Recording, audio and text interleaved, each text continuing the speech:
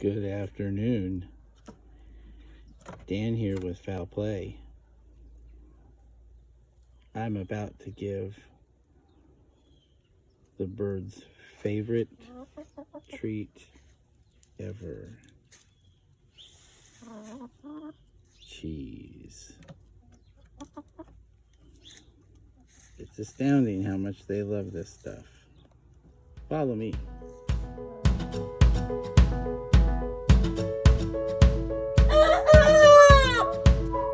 That's my good girl.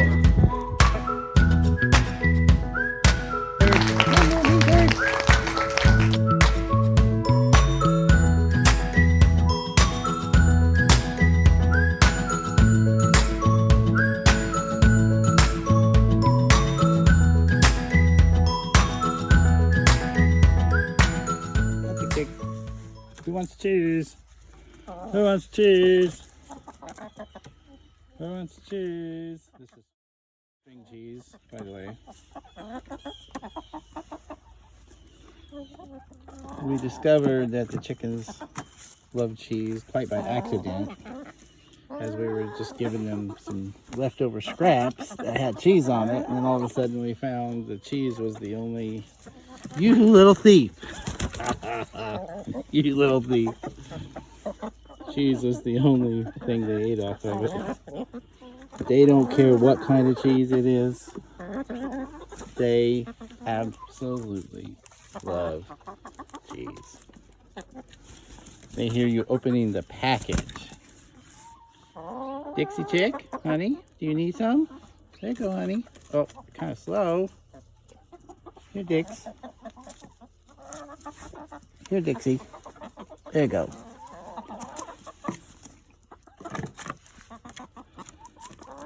So today it's fairly calm outside, and when I mentioned in a previous video that we may have to prepare for winter, we didn't know it was going to be winter this soon. So we've got some transition things to do on the run.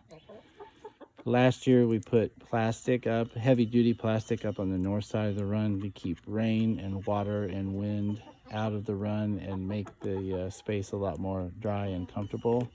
You see I have a couple of tarps there already. Those will come down and we will replace that with the heavy duty plastic. I did not know that we would have to do it this soon. So looking at the weather ahead for where we live, I see an 82-degree day coming up with blasting wind. That's not the day to hang plastic. So it looks like today is the day. Let's finish giving some cheese first. Here you go, sweetie. Anybody else want some cheese? Anybody else? Here you go. Oh, there's Queenie. There's Queenie. Queenie, you didn't get any yet, did you? Here, Queenie. Come on, honey. I know, it's hard to be the little one. Come on, honey. There you go. You got some? We got a couple of girls dust bathing over there. They would rather dust bathe than eat cheese. You got a little mango and hey. I'll get some. Okay, that's the last of it. That's the last. Sorry. That's the last of it. As I was getting ready to work on the plastic, there's Sophie. And as you can see, she has really grown her feathers out. Yes, all right, honey. Show off. Thank you, sweetie. Good girl. Really grown her feathers back on, even on her bottom, when it's been such a concern. And when I picked her up this morning, she just felt soft to me again, like the hands are supposed to feel. So she's doing a lot better, folks. We're really happy about that. When you look at her, she's still pretty thin. Now, she's eating well and drinking well, and her comb and her wattles look a little pale compared to the other hens. So that's kind of a reflection of health too. When you look at, like, for example, Rosie, her comb and wattles are bright red, and so's her a little bit pale, just kind of like we do in humans. When you look at your fingernails or under your eyelids, it's kind of a reflection of your hemoglobin level. So she's using a lot of energy to grow her feathers out. So that's still reflected in her weight and her wattles, but she is doing great. And thank you so much for following her during her time of growing her feathers back and recovering. We appreciate it. This is the view from inside the coop. Plastic is up. I still can't believe I'm already running water warmers. And again, grateful to have the electric out here. We generally try to have 2 different warmer waters. And that way they have a couple of different sources of water that won't be frozen.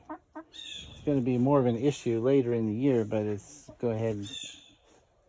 time to go ahead and get the wires run and get the cords in place. The waters are on 2 separate outlets, so if one fails, I still have a backup one that will still make sure we keep the water thawed out. And of course, for a while, we're not going to have a hard freeze for a while, so we'll still kind of maintain the normal waters for a while. So here's the plastic from the inside. It's really misty out right now.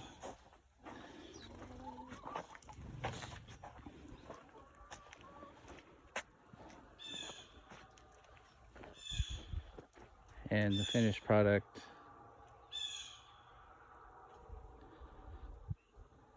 from the outside. There's a lot of leftover plastic kind of at the bottom.